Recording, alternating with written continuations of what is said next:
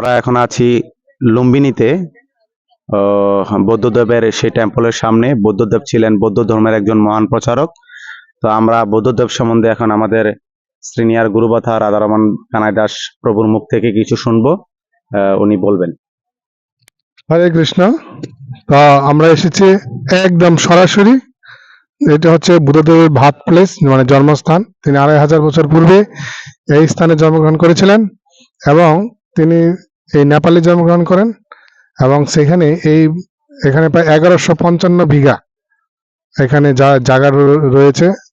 এখানে প্রায় বিশ্বের বিভিন্ন দেশ থেকে তাদের নিজস্ব অর্থায়নে সেখানে মন্দির হয়েছে। আজ সারাদিন আমরা দর্শন করেছি, খুব সুন্দর সুন্দর মন্দির।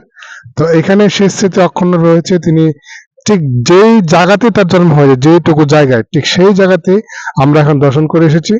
তিনি এই নেপাল থেকে তিনি ইন্ডিয়াতে চলে যান, যেখানে আমরা বুদ্ধগয়া নামে চিনি। সেখানে তিনি গিয়ে নির্বাণ লাভ করেন, মুক্তি লাভ করেন, অর্থাৎ তিনি বুদ্ধ শক্তিপ্রাপ্ত হন।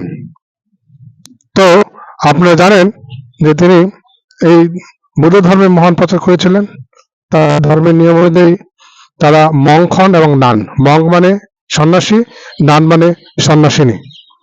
তো তারা এইভাবে তারা সেপারেটলি লাইফ ক্রিয়েট করেন এবং তারা এই বুদ্ধ ধর্মের বাণী প্রচার করেন। আপনারা দেখছেন খুব সুন্দর পরিবেশ, যেখানে বুদ্ধদেব তিনি মেডিটেশন করেছিলেন এবং সেখানে 2200 ইয়ার্স এগো এখানে অশোক রাজা এম্পায়ার এসেছিলেন।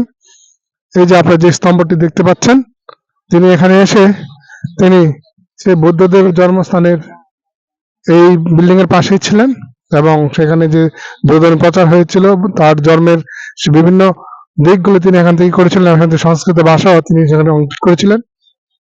খুব সুন্দর জায়গা। যারা ইন্ডিয়ান তাদের জন্য 20 টাকা টিকিট, যারা নেপালি তাদের জন্য 20 টাকা, যারা ইন্ডিয়ান তাদের জন্য 80 টাকা টিকিট, আর যে সমস্ত সারভুক্ত দেশ রয়েছে তাদের টিকিট মূল্য 400 টাকা, আর ফরেনারদের জন্য 1000 টাকা। এইভাবে মূল্য নির্ধারণ করা হয়েছে। এটা আপনার এই যে বুদ্ধদেবের টেম্পলের পাশে একটি গম্বুজ আছে, সেটাকে বলে অশোক গম্বুজ, যেহেতু সম্রাট অশোক এখানে এসেছিলেন। আর এই মন্দিরটা উনি বুদ্ধদেবের জন্মের পর 300 বছর পর নির্মাণ করেছিলেন। এই জায়গাটাও ওই অশোক সম্রাটই উদ্ঘাটন করেছিলেন।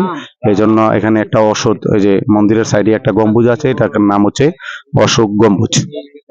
তো আপনারা যারা নেপালে আসবেন অবশ্যই এই বুদ্ধদেবের জন্মস্থান আপনারা ভিজিট করবেন। হরে কৃষ্ণ।